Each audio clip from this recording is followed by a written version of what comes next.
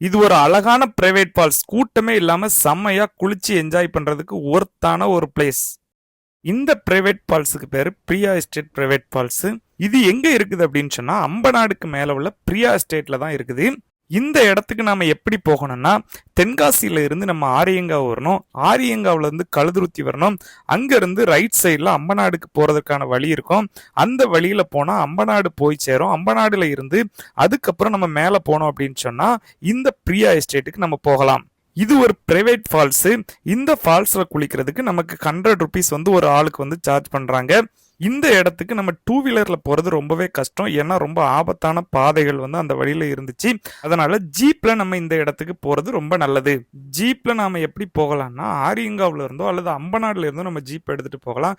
நாங்க எப்படி போனோம் அப்படின்னு சொன்னா ஆரியங்காவ்ல இருந்து நாங்க ஜீப் எடுத்துட்டு போனோம். அந்த ஆரியங்காவ்ல உள்ள ஜீப் டிரைவருடைய கான்டாக்ட் நம்பர் நாங்க வந்து ஸ்கிரீன்லயும் டிஸ்கிரிப்ஷன்லயும் நாங்க வைக்கிறோம்.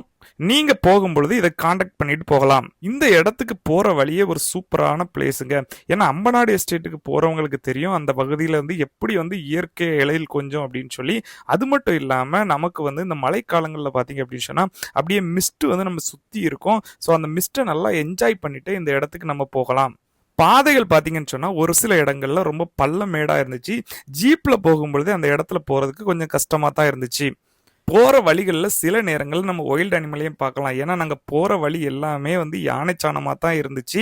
அது மட்டும் இல்லாம ஒரு சில இடங்கள்ல மான்கள், அப்புறம் வந்து பாத்தீங்கன்னா காட்டு மாடு, மிளா இவைகள்லாம் வந்து என்ன செய்யணும்னா இருந்துச்சு. ஸோ அதையும் நாங்க மிளா வந்து பார்த்தோம் அந்த இடத்துல போகும்பொழுது. ஸோ நீங்க பயணம் பண்ணும்போது கொஞ்சம் சேஃபாவே நீங்க பார்த்து பயணம் பண்ணுங்க.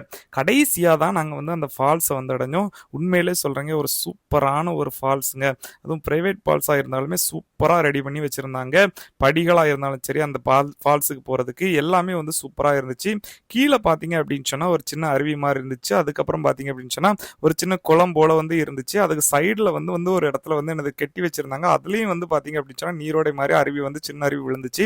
கடைசி அந்த படி வழியா மேலே ஏறி போனோம். அங்க பாத்தீங்க அப்படின்னு சொன்னா ஒரு பெரிய அருவி சூப்பரா இருந்துச்சுங்க. அப்படியே செம்மையா இருந்துச்சு. ஆள் யாருமே இல்லை. அந்த அருவியில பாத்தீங்க அப்படின்னு சொன்னா அப்படியே குளிச்சு என்ஜாய் பண்றது பாத்தீங்க அப்படின்னு சொன்னா அப்படி அது வேற லெவல் எக்ஸ்பீரியன்ஸா இருக்கும். அதிகமான மழை பெய்யும் பொழுது இந்த இடம் வந்து பாதுகாப்பானது கிடையாது. அந்த நேரங்களில் இந்த இடத்துக்கு போகிறது நீங்கள் தவிர்ப்பது நல்லது. அது மட்டும் இல்லாமல் மாலை 4 மணிக்கு மேலே அம்மநாடு எஸ்டேட்டுக்கு மேலே வந்து அனுமதிக்க மாட்டாங்க யாரையும். ஸோ அதனால் அதுக்கு மேலே நீங்கள் வந்து இந்த ஃபால்ஸுக்கு வந்து நீங்கள் போக முடியாது. ஸோ நீங்கள் அட்வென்ச்சர் விரும்பியாக இருந்தாலோ இயற்கை விரும்பியாக இருந்தாலோ அல்லது கூட்டமே இல்லாமல் தனியாக ஃபால்ஸில் குளிக்க ஆசைப்படுறவங்களா இருந்தாலோ இந்த ஃபால்ஸை நீங்கள் விசிட் போகலாம். இது போன்ற கிடன் ஜெம்ஸ் மற்றும் கிடன் ஃபால்ஸ் பற்றிய அப்டேட்டுகளுக்கு நம்ம தென்காசிக்காரன் பேஜை ஃபாலோ பண்ணி வச்சுக்கோங்க.